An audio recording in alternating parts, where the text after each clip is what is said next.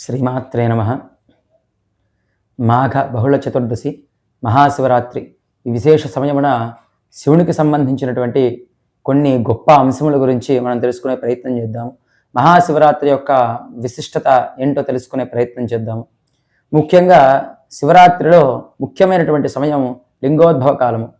అర్ధరాత్రి సమయమునందు శివలింగ ఆవిర్భావం జరిగినట్లుగా మనకి శాస్త్రములలో విశేషించి లింగ పురాణము శివపురాణం నందు వైభవంగా చెప్పడం జరుగుతుంది.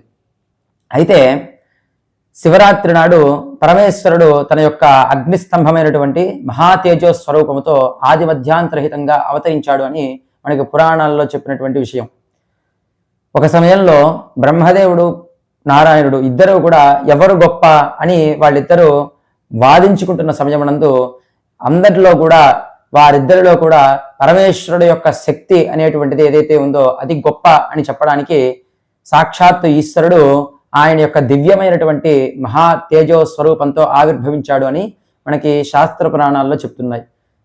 అయితే ఆ స్వరూపాన్ని చూసి ఎవరు ఆది ఎవరు అంతము రెండిట్లో ఎవరు కనుక్కొని వస్తారో వారిని గొప్ప వ్యక్తిగా నేను చెప్తాను అని పరమేశ్వరుడు చెప్పినట్లుగా మనకి శాస్త్ర పురాణాల్లో ఉన్నది. అయితే నారాయణుడు ఆ యొక్క శివలింగం యొక్క ఆదిని తెలుసుకోవడానికి కిందకి వెళ్ళినట్లుగా, బ్రహ్మదేవుడు అంతమును తెలుసుకోవడానికి పైకి వెళ్ళినట్లుగా మనకి చరిత్రలో చెప్పడం జరుగుతుంది. ఇక్కడ ఒక చిన్న విషయాన్ని మనం తెలుసుకుని తర్వాత ముందుకు వెళ్దాం. నారాయణుడు పరమేశ్వరుడు యొక్క ఆదిని తెలుసుకోవడానికి వెళ్ళడము, నారాయణుడు బ్రహ్మదేవుడు వాదించుకోవడం, ఇది కొంతమంది విష్ణు భక్తులకి సమ్మతం కానటువంటి విషయం. ఇక్కడ తెలుసుకోవాల్సినటువంటి ఒక విషయం ఉంది. ఏంటి అంటే అసలు బ్రహ్మదేవుడు నారాయణుడు విశేషించి వాదించుకోవాల్సినటువంటి అవసరం లేదు. ఎందుకంటే బ్రహ్మకి ఎప్పుడు తెలుసు నారాయణుడు తనకంటే గొప్పవాడు అని. ఎందుకంటే బ్రహ్మదేవుడు నారాయణుడి యొక్క కుమారుడే.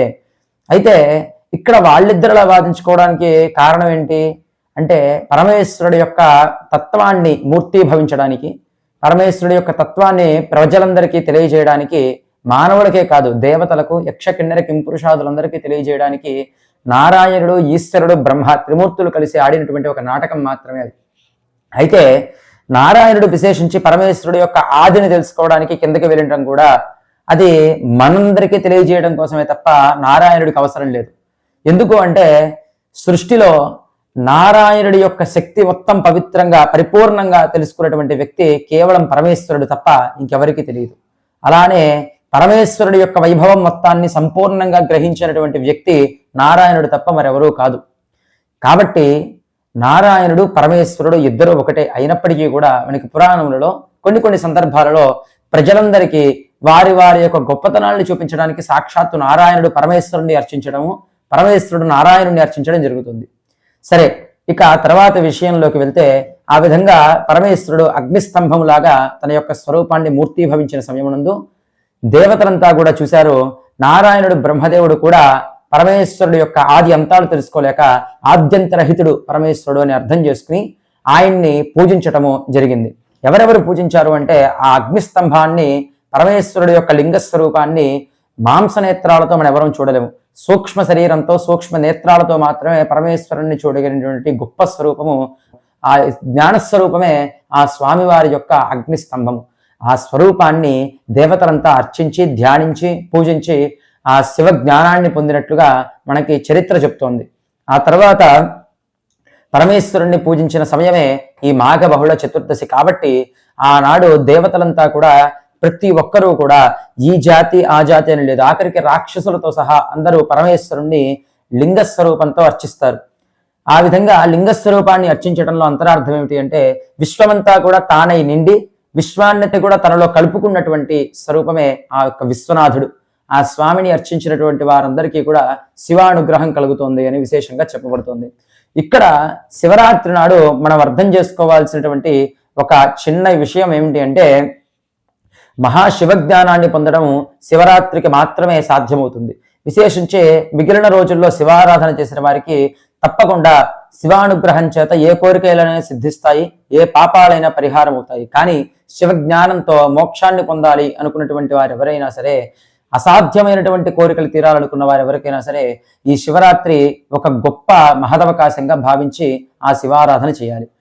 శివరాత్రి లింగోద్భవ కాలంలో ఉన్న విశేష అంశము మనం ఇప్పుడు తెలుసుకుందాం. ఏంటి అంటే అర్ధరాత్రి సమయంలో లింగ ఆవిర్భావం జరిగినది. అర్ధరాత్రి అంటే చీకటి అజ్ఞానానికి సంకేతము. ఆ అజ్ఞాన అనేటువంటి చీకటిని పారద్రోలి వెలుగు అనేటువంటి జ్ఞానాన్ని ప్రసాదించేటువంటి మహాజ్ఞాన జ్యోతి స్వరూపమే ఆ పరమేశ్వరుడు. కాబట్టి ఆ సమయమునందు శివారాధన చేసిన వారికి శివానుగ్రహమే కాక విశేషించి శివజ్ఞానం కూడా కలుగుతుంది. శివజ్ఞానము అంటే ఏమిటి అంటే, సృష్టిలో ఏ ప్రాణి అయినప్పటికీ కూడా ప్రతి ఒక్కరికి ఆది, అంతము, మధ్యము ఈ మూడు ప్రతి ప్రాణికి ఉంటాయి. కానీ ఈ మూడిటికి అతీతమైనటువంటిదే పరమాత్మ శక్తి. ఈ విషయాన్ని ఎవరు అర్థం చేసుకుంటారో వారికి సంపూర్ణమైనటువంటి జ్ఞానం కలిగినట్లే లెక్క.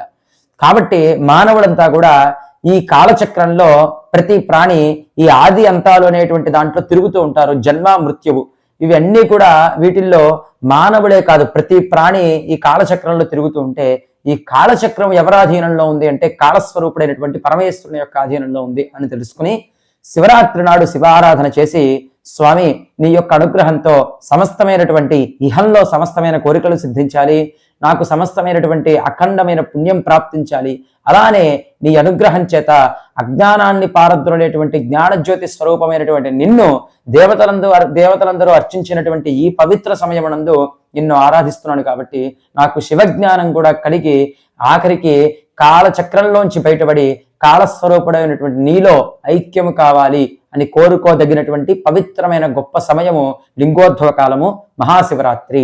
కాబట్టి ఆ శివరాత్రి నాడు చేసేటువంటి పూజకి, ఆ శివరాత్రి లింగోద్భవ కాలం నందు చేసే అర్చనకి ఎంతో విశేషమైనటువంటి ఇంత గొప్ప పుణ్యము, ఇంత అఖండమైనటువంటి శివానుగ్రహము ప్రాప్తిస్తుంది అన్న విషయం తెలుసుకోవాలి. ఇక జన్మకి ఒక శివరాత్రి అని పెద్దవాళ్ళంతా మనకి చెప్తారు. దాంట్లో ఆంతర్యమే ఇది. మీరు మీ జన్మంతా కష్టపడి నిత్యము శివుని గురించి ఘోరమైన తపస్సు ఇవన్నీ చేసినప్పటికీ కూడా కలుగుతుందో కలగదో అనేటువంటి అఖండమైనటువంటి శివానుగ్రహము, శివజ్ఞానము శివరాత్రి ఒక్కరోజు మీరు భక్తిగా ఆ రోజంతా, ఆ మాఘమాస బహుళ చతుర్దశి తిథి అంతా కూడా శివుని పైన మనస్సును నిలిపి చెప్పిన విధంగా, శాస్త్ర పురాణాల్లో చెప్పిన విధంగా శివార్చన చేయడం వల్ల జన్మంతా చేసినటువంటి శివ పూజ ఆ ఒక్కరోజు చేసిన దాంతో సమానమవుతుంది. కాబట్టి పెద్దలు మనకి జన్మకి ఒక శివరాత్రి అని దాన్ని మనకి చెప్పడం జరిగింది. అది మనం ఆ విధంగా అర్థం చేసుకుని శివరాత్రిని వినియోగించుకోవాలి. ఇక కొంతమందికి వచ్చే సందేహము ఉపవాసము, జాగరణ. ఉపవాసం చేసి జాగరణ చేయడం వల్ల శివుడికి ప్రీత అంటే, మనం నిద్రపోకుండా అన్నం తినకుండా ఉంటే పరమేశ్వరుడు సంతోషిస్తాడా అని చాలా మందికి సందేహం వస్తుంది. దీంట్లో ఒక ముఖ్యమైన విషయాన్ని దీంట్లో అర్థం చేసుకోవడానికి మనం ప్రయత్నం చేయాలి. దాంట్లో పెద్దవాళ్ళందరూ చెప్పిన విషయం ఏంటి అంటే, ఒక వ్యక్తి ఎవరైనా జీవితంలో ఏదైనా సాధించాలి అనుకున్నప్పుడు దానికోసం ఎంతో పరితపించి ఒక తపస్సులాగా పూనుకుంటాడు. ఆ సమయంలో నిద్రాహారాలు కూడా మరిచి ఏదైతే సాధించాలనుకుంటున్నాడో దానిపైనే మనస్సును నిలిపి శ్రద్ధగా పడి పూర్తి చేసేంత వరకు, అది సఫలీకృతం అయ్యేంత వరకు కూడా నిద్రాహారాల మీద కూడా మనిషికి ధ్యాస ఎలా ఉండదో, శివానుగ్రహాన్ని పొందాలి, శివాభిషేకం చేయాలి, శివ జ్ఞానాన్ని సంపాదించాలనే ఆలోచనతో మనిషి నిద్రాహారాలు కూడా మరిచి ఆ రోజు జీవించేంత భక్తిగా పరమేశ్వరారాధన చేయాలి అని చెప్పడానికి ఉపవాసము, జాగరణ అనేటువంటి దాన్ని చెప్పారు. కాబట్టి అవకాశం ఉన్నవారు శివానుగ్రహం కోసం ఆ రోజు అన్నాన్ని విడిచిపెట్టడం అంటే పరమేశ్వరుడి దగ్గరగా ఉండడం అన్న విషయాన్ని అర్థం చేసుకోవాలి. అన్నమే కాదు, నిద్రాహారాలు మాని ఏమి చేయాలి అంటే పరమేశ్వరుడి దగ్గరగా ఉండాలి తప్ప, మనం ఏదో పనులున్నాయి, లేకపోతే కాసేపు మేలుకొని ఉంటే పొద్దునైపోతే కాసేపు నిద్రపోవచ్చు, ఇంకాసేపు ఆగితే శివ పూజ చేసి భోజనం చేద్దాం, ఇలాంటి ఆలోచనలు ఉన్నవాళ్ళు ఈ శివరాత్రి మీరు ఎంతసేపు ఉపవాసం చేసినా, జాగరణ చేసినా అవన్నీ కూడా నిష్ఫలితమే అని అర్థం చేసుకోవాలి. పరిపూర్ణమైనటువంటి భక్త శ్రద్ధలతో శివుడి మీద మనస్సును లగ్నం చేసి నిద్రాహారాలు కూడా మరిచి శివరాత్రి చేస్తే అది ఉపవాసము, జాగరణ చేసిన ఫలితం వస్తుంది అని మనం అర్థం చేసుకోవాలి. తర్వాత ఎవరైనా సరే అనారోగ్యం కలిగిన వాళ్ళు, ఈ విధంగా మేము అంత భక్తి ఉండి కూడా అనారోగ్యంతో మేము శివారాధన చేయలేకపోతున్నాము, శివలింగాన్ని అర్చించలేకపోతున్నాము అని బాధపడాల్సిన అవసరం లేకుండా వారు చేయాల్సినటువంటి నిత్యకృత్యాలు పూర్తి చేసుకుని యథాశక్తిగా భగవంతుణ్ణి, శివుణ్ణి మనస్సునందు ధ్యానించినప్పటికీ విశేషమైన శివానుగ్రహాన్ని పొందుతారు. అయితే కొన్నిసార్లు మాత్రం ముఖ్యంగా గర్భాలయంలో శివారాధన చేయటము, యంత్రస్థాపన, వైదికమైనటువంటి క్రతువులు చేసే వాళ్ళు ఆ క్రతువులకి కొన్ని అర్హతలు ఉంటాయి కాబట్టి ఆ రోజు కొన్ని నియమాలను పాటించాలి. కాబట్టి ఆ క్రతువులు జరపడం కోసం వారు మధ్యాహ్నం భోజనం చేయకుండా నక్తము మొదలైనటువంటి వాటితో వారి యొక్క దీక్షను గావించి ఆ రోజు శివారాధన, శివార్చన చేసేటువంటి అవకాశం ఉంటుంది. తప్ప అనారోగ్యం కలిగినటువంటి వారెవరూ కూడా అలాంటి పనులు చేయాల్సిన అవసరం లేదు. అంతగా వారు ఉపవాసం ఉండాలి అనుకుంటే అన్నంతో వండనివి ఏవైనా ఉంటే అవి తీసుకుని రాత్రి లింగోద్భవ కాలం నందు శివారాధన చేసి శివార్చన పూర్తి చేసుకుని లింగోద్భవ కాలం తర్వాత వారు నిద్రపోవచ్చు. ఈ విధంగా అందరూ శివానుగ్రహాన్ని పొందొచ్చు. కాబట్టి మనం అర్థం చేసుకోవాల్సినటువంటి విషయం ఏంటి అంటే, లింగోద్భవ కాలము అనేటువంటిది మానవుడినే కాదు ఎవరినైనా చీకటి అనేటువంటి అజ్ఞానంలోంచి వెలుగు అనేటువంటి శివ జ్ఞానంలోకి తీసుకెళ్ళినటువంటి గొప్ప సాధన. అది శివరాత్రి రోజు మనం పొందగలిగినటువంటి గొప్ప విశేషమైనటువంటి శివానుగ్రహంగా భావించాలి. తర్వాత ఆ ఒక్క రోజైనా నిద్రాహారాలను విడిచిపెట్టి శివానుగ్రహం కోసం తప్పించి శివారాధన చేయడం వల్ల శివుని యొక్క దివ్యమైనటువంటి అనుగ్రహం కలుగుతుంది. విడి రోజుల్లో మనం చేసేటువంటి పూజ నిష్ఫలితమా అంటే కాదు. భోళా శంకరుణ్ణి ఎప్పుడు ఆరాధించినా శివుడి యొక్క అనుగ్రహం దివ్యంగా కలుగుతుంది. అయితే శివరాత్రి నాడు ఆరాధించడం వల్ల ఇహమైనటువంటి కోరికలే కాక పరమైనటువంటి కైవల్యాన్ని కూడా ప్రసాదించగలిగినటువంటి శక్తి కేవలం ఆ యొక్క శివరాత్రికి ఉన్నది అని మహర్షులు ఋషులంతా కూడా మనకి తెలియజేయడానికి శివారాధన జాగరణ ఉపవాసం గురించి ఇంత విశేషంగా తెలియజేశారు. అయితే ఈ శివరాత్రి నాడు ఈ ఉపవాసము జాగరణ లింగోద్భవ కాలం యొక్క విశేషమైనటువంటి దివ్యమైనటువంటి తత్వమైనటువంటి అర్థాన్ని అందరూ తెలుసుకున్నారని నేను భావిస్తున్నాము. ఇక ఆ శివరాత్రి పూజా విధానం గురించి అర్చన విధి గురించి ఎంతో మంది పెద్దవాళ్ళు తెలియజేశారు కాబట్టి ప్రత్యేకంగా మనం దాని గురించి తెలియజేయాల్సిన అవసరం లేదు. ఈ విషయాలతో ఇప్పుడు నేను చెప్పినటువంటి 3 కూడా మనస్సులో పెట్టుకుని శివానుగ్రహాన్ని పొంది శివారాధన చేసి ప్రతి ఒక్కరము శివరాత్రి నాడు శివ జ్ఞానాన్ని పొంది తరించదము గాక. శ్రీమాత్రే నమః.